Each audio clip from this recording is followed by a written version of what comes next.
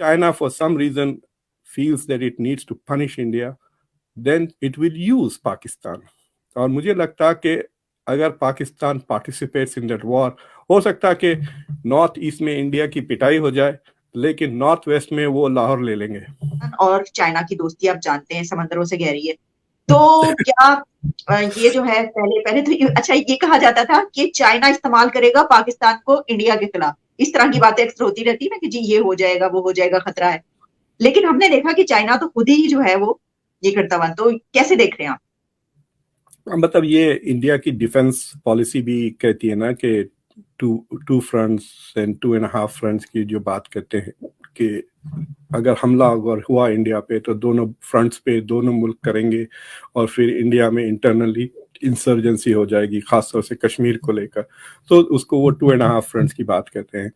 I am not sure کہ Pakistan is in a position to have a war with India اور anybody else. اگر آپ default سے بچ جاتے ہیں آئندہ 2 مہینے میں تو it will be a major achievement.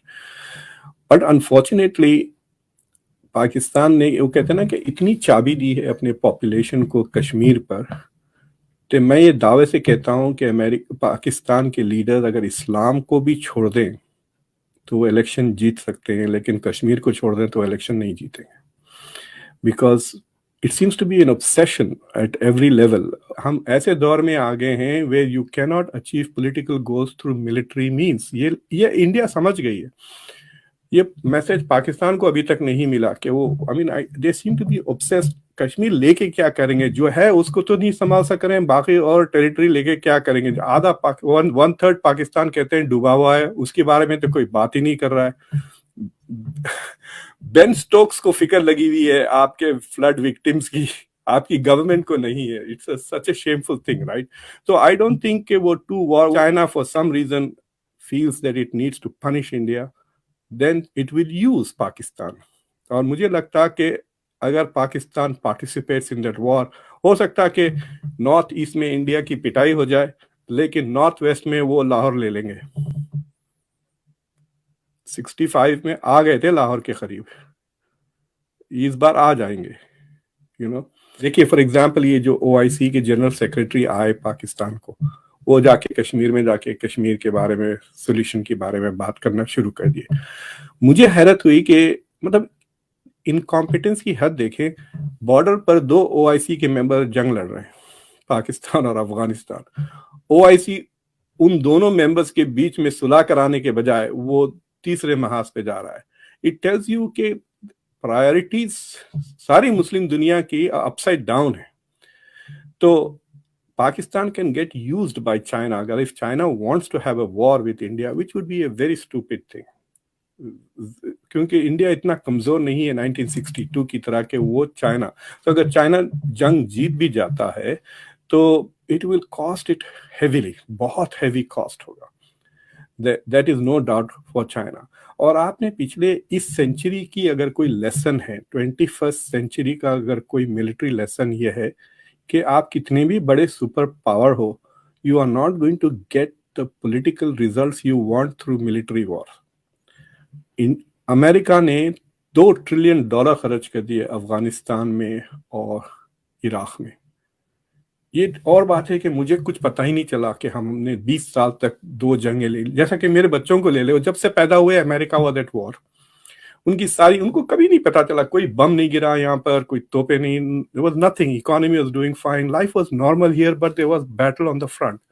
لیکن ہم جو پولیٹیکل گولز جو تھے امریکہ کے عراق میں اور افغانستان میں، they failed completely. تو اگر امریکہ جیسا super power which is the only power on earth that can project power دور دور تک، وہ پولیٹیکل گولز اچیو نہیں کر سک رہا ملٹری سے. رشیا کو دیکھ لیں آپ، یوکرین میں بڑی باتیں ہوئی تھی 1 ہفتے میں وہ قبضہ کر لے گا، خرسون بھی چلے گا، خارکیو جہاں بھی خواہ ہے وہاں سے بھگا دے رہے ہیں وہ رشیا کو. تو Russia also has failed to achieve its political goals through military means.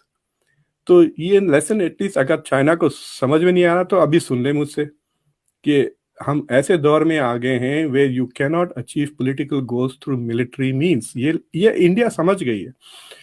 یہ میسج پاکستان کو ابھی تک نہیں ملا کہ وہ they seem to be obsessed. Kashmir لے کے کیا کریں گے؟ جو ہے اس کو تو نہیں سنبھال سک رہے ہیں، باقی اور ٹیریٹری لے کے کیا کریں گے؟ آدھا 1/3 پاکستان کہتے ہیں ڈوبا ہوا ہے، اس کے بارے میں تو کوئی بات ہی نہیں کر رہا ہے.